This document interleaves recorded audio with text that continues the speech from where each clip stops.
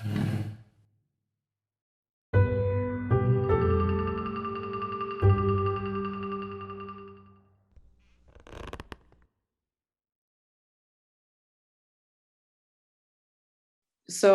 you are an architect, of course, and I was wondering, what does the chair represent to architects? How do architects treat the chair?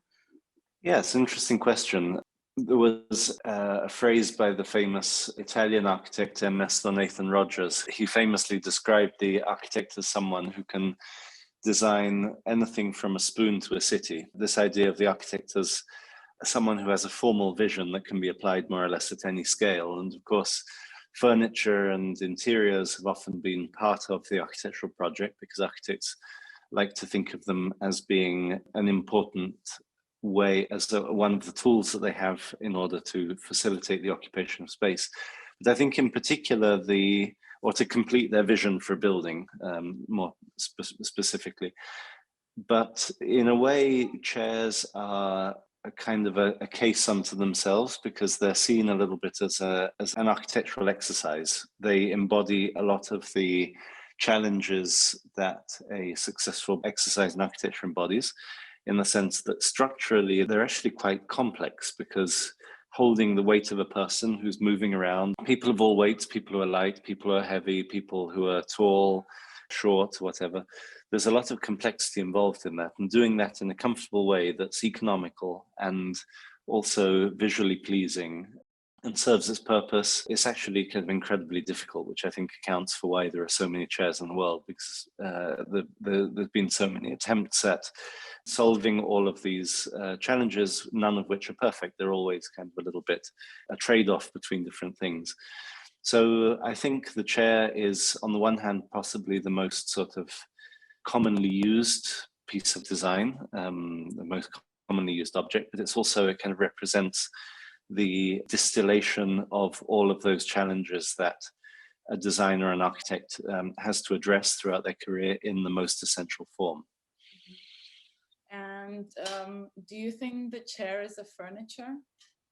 I think it clearly is a piece of furniture, but it almost has a kind of meta furniture layer to it. I think there is something metaphysical about chairs.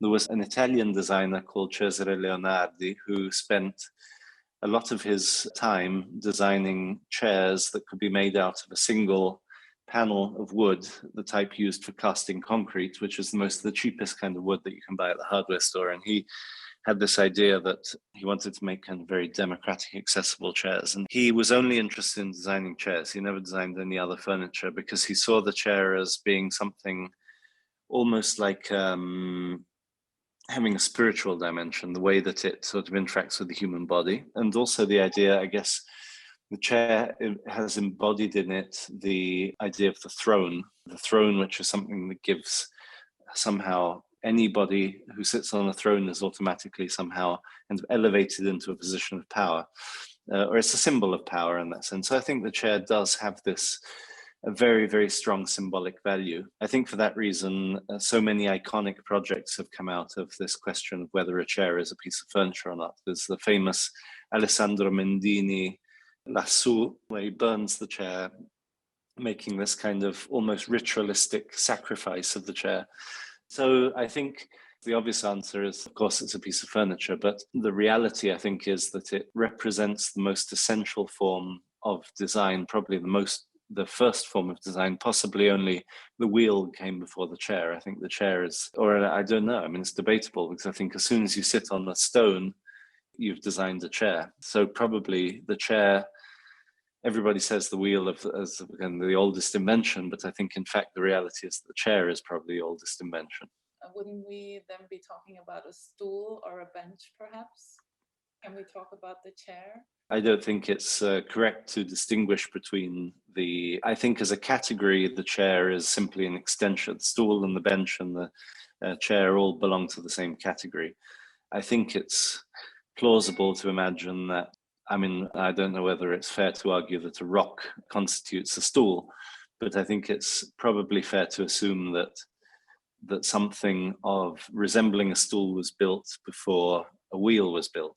I think that something that you would kind of find comfort sitting on was probably, I don't know, they're all speculations, but I think there's something primordial about the chair. It resonates, I think, with it because it's just been with us for so long. It's like dogs and fire and wheels. So they're those things that they've always been around.